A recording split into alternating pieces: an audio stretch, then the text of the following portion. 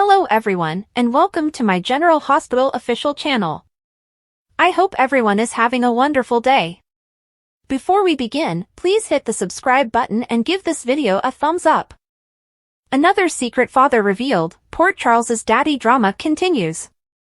General Hospital spoilers indicate that Gio Palmieri is soon to discover that his entire life has been a lie. Gio has no knowledge that his biological parents are Brooke Lynn Quartermaine and Dante Falconeri.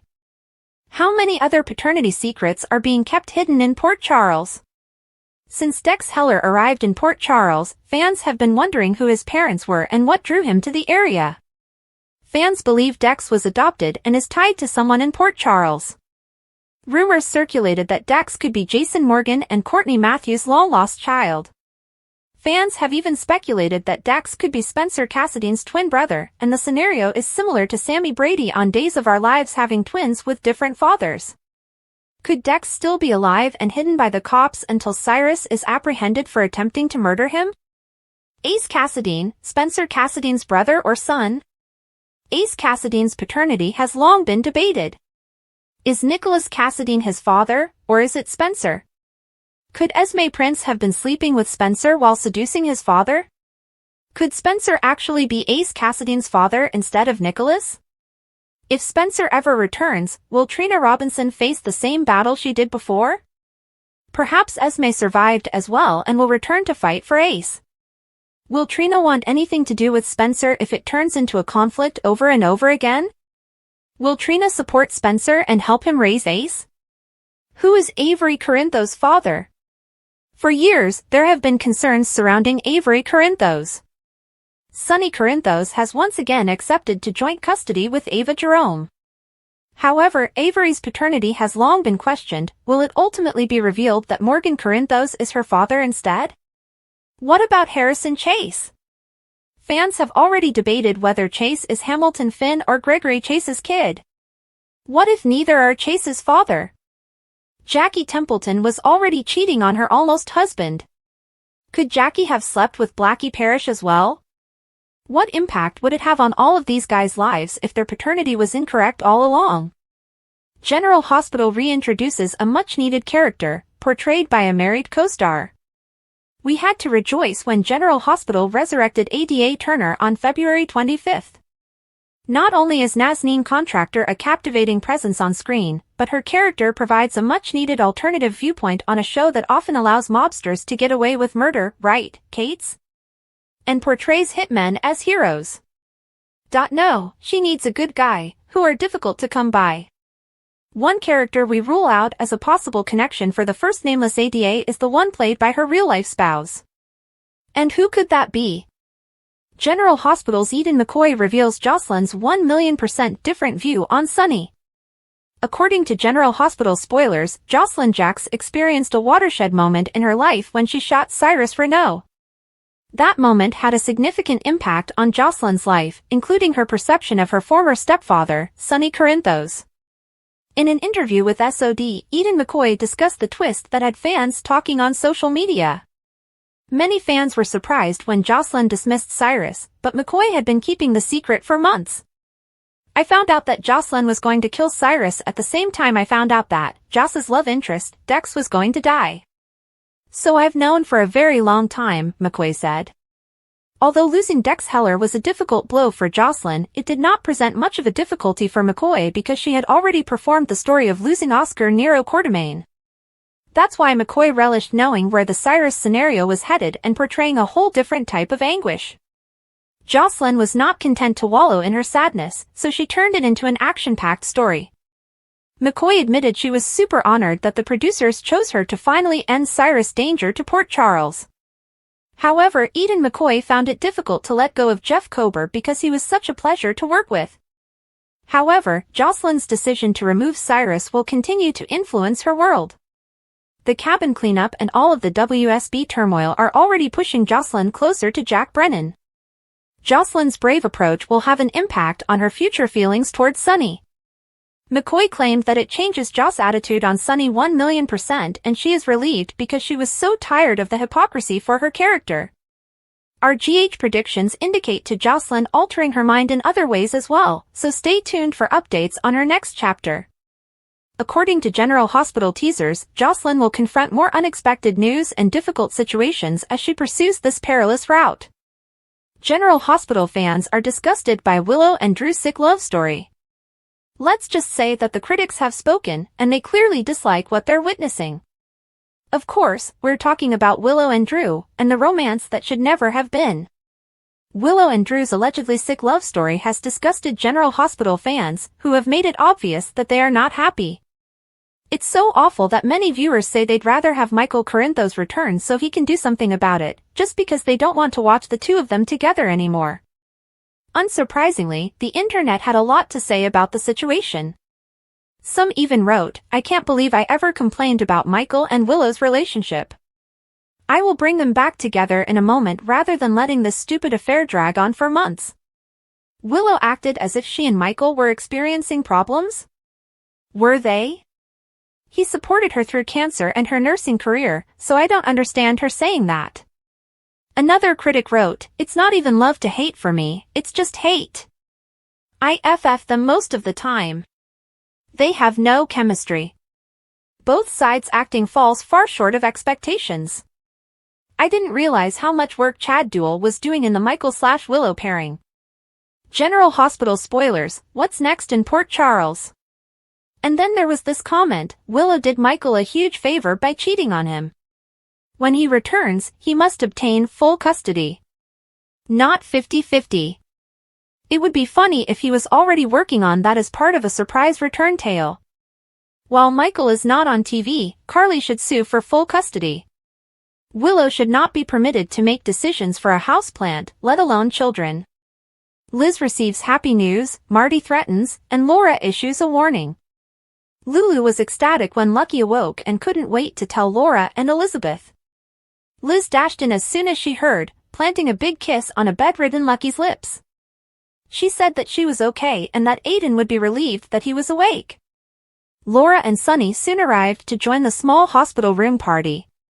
Lucky told Laura that he felt calm as soon as he saw her. When Lucky was alone with Sunny, he claimed Luke's soul was with him as a guide as he struggled to breathe following Cyrus Digitalis' jab. Tracy calls Marty's bluff. Marty appears to be Drew's personal attorney, doing anything the congressman asks of him.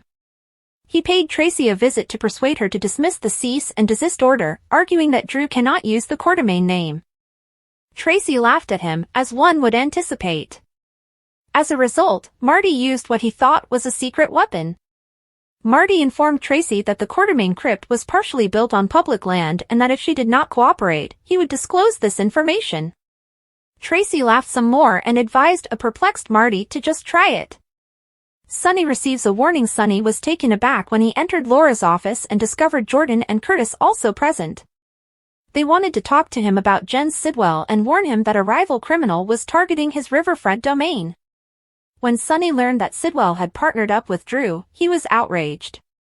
He knew Drew's primary goal was to bring him down, but he never expected Drew to become associated with someone like Sidwell. Laura informed Sunny that Drew and Sidwell were threatening to use eminent domain to seize the property from him, so he resolved to resist. Laura implored Sunny not to exact revenge, but Sunny couldn't promise anything as he tried desperately to conceal his chest pains. Poops. Cameron Matheson regrets calling a General Hospital fave, I should have said. Siblings are known to fight fiercely. That goes doubly when you're as dissimilar as General Hospital's Jason and Drew. They may be twins, and they may even have certain memories, but they have almost nothing in common these days but loathing each other. And it even spilled over into the Jennifer Hudson show, as a few General Hospital cast members joined by to discuss all things Port Charles. When Hudson played some soap trivia, one of the questions she posed was, who has an evil twin? Finola Hughes raised her hand, of course, having played both Anna and Alex over the years. Many people were surprised to see Cameron Matheson raise his hand. I mean, I think Jason's evil, Matheson stated, eliciting gasps and cries and even prompting Laura Wright to turn around in surprise. He then said, from my perspective. And the final bit he said is crucial. Watch the video below to learn what Matheson meant. Matheson recently spoke with TV Insider about the situation to clarify a few points. I regretted it, the actor said about his spontaneous statement on the Jennifer Hudson show. I should have said, I'm the evil twin. Drew thinks Jason's the evil twin, but he's not. And if Matheson were speaking in character as Drew on the program, he would believe Jason is the wicked one. After all, Drew is the politician, while Jason is the mob enforcer. Drew, as Matheson continued in character to TV Insider, believes he did everything correctly. Everyone kicked me out. Carly booted me out for Jason. So what did I do? I fell in love with someone. Jason and Drew got into it. Matheson adds of Drew criticizing Jason's hypocrisy on Friday's show. He gets into him, saying, "You've had everything. You lived a comfortable existence. You had opportunities." Jason responds, "Killing people, they still love you." He has a point. Yeah, Drew's been annoying everyone, causing his nephew's marriage to crumble, and generally being like a jerk for a while now, but people appear to be far more inclined to forgive Jason for his actions. However, Drew may be able to recover from this and reclaim the nice guy title someday. But judging on the reaction Matheson got on switching the script on who is the bad guy, we won't hold our breath that this will happen anytime soon. Rena Sofer teases Brooke Lynn's General Hospital secret may not be so secret. Rena Sofer speculated that Lois may not have kept Brooke Lynn and Dante's child's identity a secret. It wasn't long ago that Lois' family didn't want to tell her about Drew and Willow's affair on General Hospital because they didn't trust her to keep it. Prior to it, she told Sonny that Nina was the one who turned Carly and Drew into the SEC. But who knew Lois could keep a secret when it truly mattered? For decades, she's kept the fact that Brooke Lynn had a kid in high school a secret. Dante is unaware that he is the father, and no one is aware that Gio is their son. Or is there anyone who knows? She fell off her high horse. Sofer spoke with Soap Opera Digest about the storyline, recalling that Lois first fled Port Charles with Brooke Lynn due to the Quartermaine family's falsehoods and treachery. She explained that, while Lois felt proud of herself for being honest, the secret about her grandchild has made her realize she's been living on that high horse for quite a long time, and now she's going to have to deal with the fact that she isn't on that horse anymore. Sofer argued that the lie was intended to protect her daughter and grandchild. When asked how she felt about Lois not disclosing the secret to anyone, she coyly teased, "Lois didn't tell anyone?" Lois and Olivia had been good friends for a long time, so it's possible she shared the secret with her bestie. However, Olivia is Dante's mother and may have wanted her son to know about the pregnancy. It's going to be the worst. Sofer went on to say that in a soap opera, a secret narrative usually involves only a few characters. She noted on GH that she enjoys how this story pulls multiple characters together. She also applauded the writers and executive producer Frank Valentini for the story's mechanics, which were refreshing. However, the eventual discovery will have far-reaching consequences. Sofer highlighted why the consequences are likely to be negative. That disclosure is going to be the worst, she said, adding, lying to Ned, Wally Kurth, Olivia, Brooke Lynn, and Dante, Dominic Zaprogna, is one thing, but lying to this guy that Lois helped grow up? That's a completely other thing. General Hospital's head writers reveal shocking storylines. General Hospital spoilers hint that 3 stunning storylines will air on the ABC program. GH head writers Elizabeth Cortat and Chris Van Etten revealed some tasty insights to SOD, so let's discuss about what's in store. 1. Kai's dangerous operation jeopardizes his future with Trina. Although things are going well for Kai Taylor and Trina Robinson, disaster is on the way. Kai is attempting to figure out what his life would be like without football, but what happens when the door unexpectedly reopens? It turns out Kai will receive information on a brand new surgery that could allow him to play football again. The problem is that the operation has significant dangers, especially since the person making the offer will have a secret goal. If Kai wishes to proceed with this operation, he must do something in return. Trina will see red lights all over the place, so Cortat and Van Etten offered some turmoil in exchange for Kai's strings-attached opportunity. 2. Things become messy for Jason and Sasha next. We'll talk about the messiness that awaits Jason Morgan and Sasha Gilmore Corbin. Now that Jason is posing as the father of Sasha's child, their lives are becoming increasingly entwined, which may cause complications. Van Etten and Cortat alluded to the importance of the true paternity being revealed because it might affect Michael Corinthos, Carly Spencer, Willow Corinthos, Drew Quartermaine, and the children. That mention of Carly is intriguing, as it could indicate that she is exacerbating an already chaotic scenario. Regardless, Jason will be a significant source of support for Sasha, but their reunion may result in unanticipated complications for them both. Does this imply that Jason and Sasha will be romantically attracted to each other? Could Jason's possible affections for Anna Devane become an issue instead? 3. A previous flame ruins Liz and Lucky's renewed love story. Lucky Spencer and Elizabeth Baldwin's renewed love tale will face an unexpected obstacle. Just when Liz and Lucky's luck appears to be turning, a former flame steps in. Corte and Van Etten suggested that another ex's story threatens to collide with theirs, so will Rick Lansing be the one to derail things? Our forecasts indicate that Rick may find methods to stay in Liz's orbit, so keep an eye out for any unpleasant news that arises. According to General Hospital spoilers, there is more excitement in store for Port Charles. Brooke Lynn Quartermaine had hardly gone through the front door when she was confronted with an image that nearly took her breath away. The gentle glimmer of candlelight danced over the bedroom walls, exposing a path of velvety crimson rose petals leading directly to the bed. Harrison Chase lay splayed out across the sheets, dressed only in a pair of deep crimson silk boxers. As she took in the spectacle in front of her, a cheeky smirk formed on the corners of her lips. He'd gone all out. The aroma of fresh flowers filled the air, blending with the slight odor of the fragrance he always wore, the one that made her weak in the knees. Chase raised his head, his blue eyes dark with intent as he saw her reaction. "Happy Valentine's Day," he said softly, his voice smooth as honey. "I figured we still had some celebrating to do." Brooke Lynn arched her brow and tossed her purse on the chair. "Oh, really? And here I thought you forgot." "Forget?" Chase asked, sitting up slightly. "Not a chance. I've been waiting for you all day." She walked toward the bed, sliding her fingers along the buttons of her blouse, tempting him with the promise of what was to come. Their lips met in a slow, deep kiss, and all else faded away. But when Chase pulled back, his countenance changed. The confidence he had just felt faded, replaced by something more gloomy. Brooke Lynn recognized that look. She'd seen it before.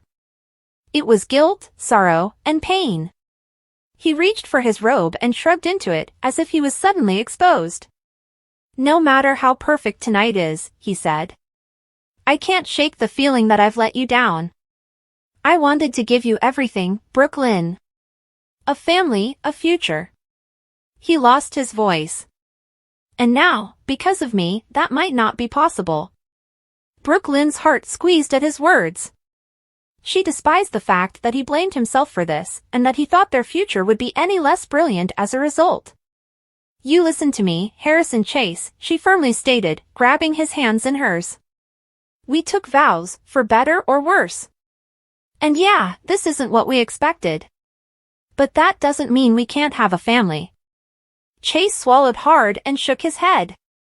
"It's not the same," he mumbled. "I wanted you to have everything you ever dreamed of.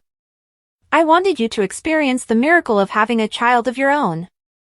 Brooke Lynn's tummy was rumbling. Her deepest secret threatened to come to light. She had spent so long attempting to move on, like it did not still torment her. What about now? With the love of her life sitting here, torn apart by something he couldn't control? She couldn't hold it any longer. "I already have," she whispered. Chase furrowed his brow. "What?" Brooke Lynn inhaled hard. There was no going back now. "I've already had a baby." At the deception offices, Dante Falconeri stood with his arms crossed, watching Lulu Spencer attempt to digest the shocking news he had just delivered. "Chase and Brooke Lynn just found out they can't have kids," she said, her voice barely above a whisper. I had no idea." Dante sighed, scratching the back of his neck. "Yeah, well, they haven't exactly been shouting it from the rooftops. Chase only told me, so technically, no one else knows. But I figured you should hear it from me before you go saying something that might make things worse."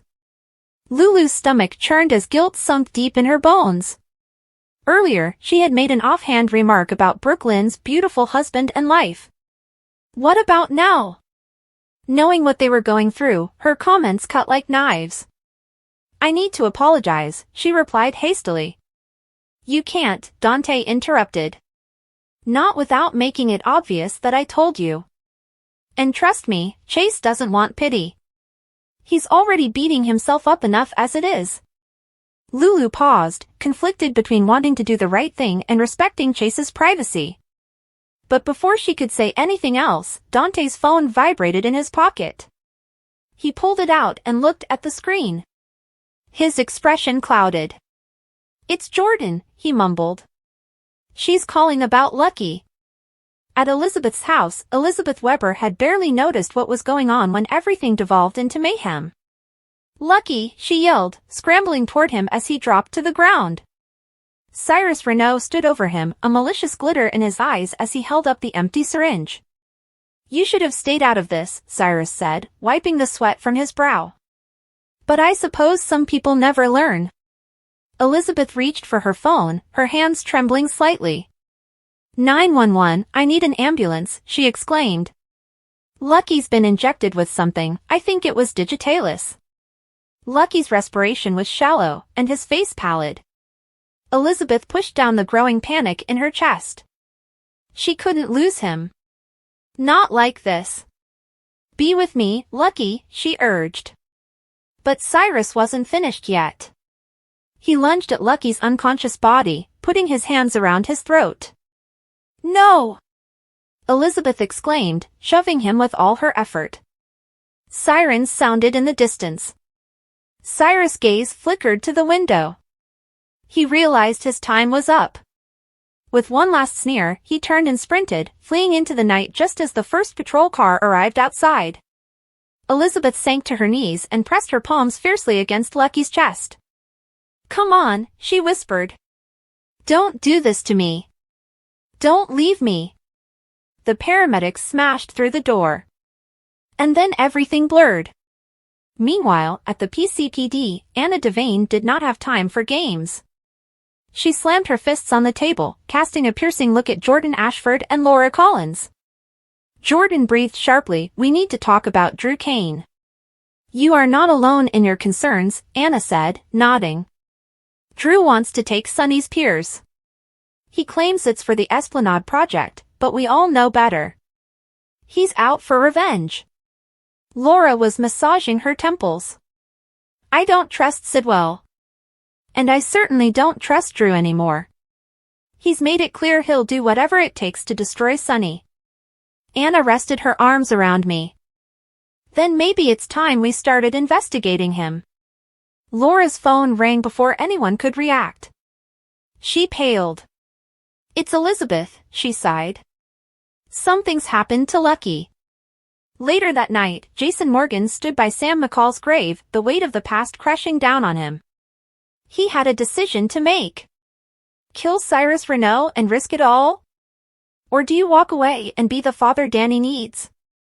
Sam's voice resonated in his head. Don't let vengeance consume you. Jason took a deep breath and turned to walk away. There was just one thing left to do.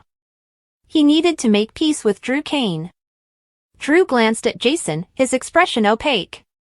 Why in the hell would I want to make peace with you? Jason didn't move. Drew clenched his jaw. Because we're family. And right now, we need each other more than ever. This was not over. Definitely not. And at Port Charles, the battle lines were just being established. Did you see the Springer cameo in General Hospital's most recent Trina and Kai scenes? Where have we seen this happen before? As Trina and Kai's romance develops on General Hospital, fans couldn't help but notice a striking resemblance between their most recent scenes and a classic Springer moment. Falling for You, Trina and Kai spent the day painting at an interactive art exhibition. When Trina tripped off her step stool while finishing up their paintings, Kai caught her in his arms and the two experienced their first kiss. This scenario seemed almost identical to a Trina and Spencer scene from 2023. When Trina stumbled off a ladder in the gallery again, Spencer was there to catch her. This became a signature moment for the super couple known as Springer. Fans were quick to spot the reference and jumped at the chance to remember their favorite duo from X. Of course, Trina trips on the ladder and Kai catches her. copying when Spencer caught her, one admirer said, while another gave their thoughts on the new relationship. I miss Spencer. I don't see chemistry between Trina and Kai. Many people expressed their desire for a Spencer-Spriana reunion. Do you want to make this Trina plot with Kai more interesting? We need a Spencer triangle soon. One fan enthusiastically shared, accompanied with a gif of Spriana. One viewer's opinion was popular among fans, with 30 likes and multiple replies. Is it bad that seeing Trina and Kai makes me miss Spencer? Nothing against the actors, I just prefer Spriana. Are you with Team Trey or Team Spriana? Please let us know in the comments. Lulu Spencer's intense curiosity was inherited from her parents. She had spent the majority of her life seeking the truth, and this time, it was a riddle that would change everything for Dante Falconeri. Whispers of a long-buried falsehood began to circulate, linking the Cerullo, Quartermaine, and Falconeri families in a web of lies that spanned more than a decade. What is at the heart of everything? A child who had been lost to secrecy, a child none of his biological parents were aware existed.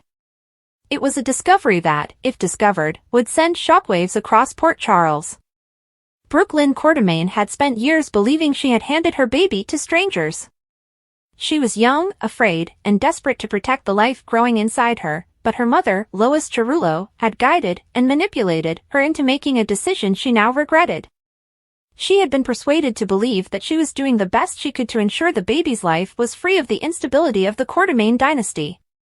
What she didn't realize was that the youngster had not been put with an anonymous family, as she had assumed. Instead, Lois and her own mother, Gloria Cerullo, devised a covert scheme. The baby had been delivered to a distant Cerullo cousin, hidden inside the family but out of sight and far from Port Charles. Dante Falconeri, unknowing of the child's existence, had been denied the opportunity to discover he had a son. He had no notion that his history with Brooklyn had resulted in a life, one that had been withheld from him by those he had trusted. The concealment had been so closely woven that even Brooklyn was unaware of the complete truth. But things had a tendency of unraveling, especially when Lulu Spencer got involved. It began with a persistent suspicion, a feeling Lulu couldn't escape. She had always been good at solving mysteries, and when an old friend in Bensonhurst revealed an undisclosed family secret, she couldn't let it go. Something about the Cerullo's reaction when she questioned about it raised red flags in her mind. So she dug further. At first, she wasn't sure what she was looking for. It was little more than a hunch, a hint of something lying beneath the surface. But the more she stared, the more the puzzle pieces came together to form an image. And then she discovered it. A birth record. The name on the document nearly took her breath away. Giovanni Palmieri. Her hands shook as she stroked the lines of writing, her thoughts racing with the possibilities. G.O. The name alone sent shivers down her spine. Brooklyn has a child. Dante's son. The reality hit her like a tidal wave, sweeping her into its depths before she could even understand it all. Her intuition told her that this was a massive event that would disrupt lives and transform families. She briefly contemplated keeping it to herself. However, the thought was ephemeral.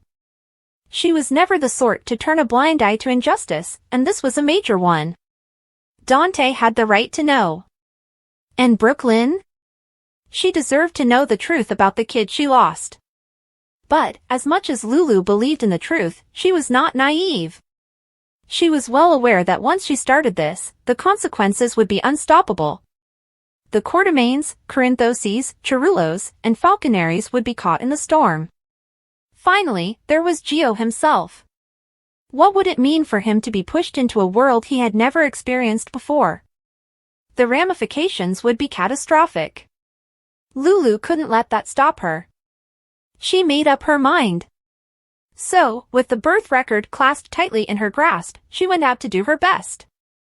Unravel the truth, whatever the cost.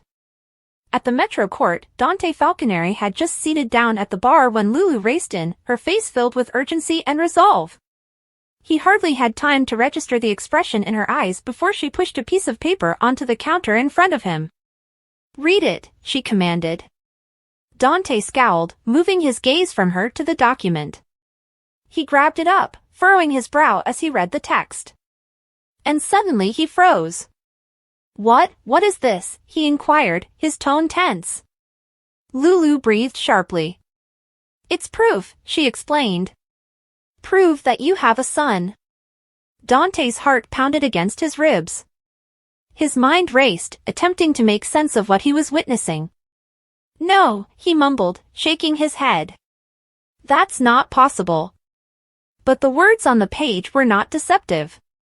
Neither did Lulu. He raised his gaze, meeting eyes with her. "You're serious," he whispered. She nodded. Suddenly, his entire world moved beneath him. Across town, Brooklyn Quartermain had always dealt well with pandemonium. She had grown up in the middle of the storm, navigating the volatile world of the Quartermains with seasoned skill. But nothing could have prepared her for what Lulu Spencer was about to deliver to her. She was in the middle of a meeting at Deception when Lulu burst in, her presence like a lightning bolt. "We need to talk," Lulu stated, her voice tight. Brooklyn hardly looked up. "I am kind of busy, Lulu. Can the drama you're trying to create wait?" "No," Lulu replied. "It really can't." Something in her tone caused Brooklyn to pause. With a sigh, she motioned to the assistant to empty the room. When they were alone, she folded her arms. "Okay, Spencer. What makes this so important?" Lulu took a breath. "It's about your son." The words landed like a freight train. Brooklyn became deathly quiet, her blood running cold. "What have you just said?" she whispered. Lulu displayed the birth record. "This is your son, Brooklyn. He is alive. And he's closer than you think." Brooklyn felt the world twist around her, reality bending as the weight of Lulu's words hit in. Her son. She was compelled to give up the baby. He was alive. Nothing would ever be the same again. Thanks for watching. If you like this video, so please don't forget to subscribe my channel and don't miss any update.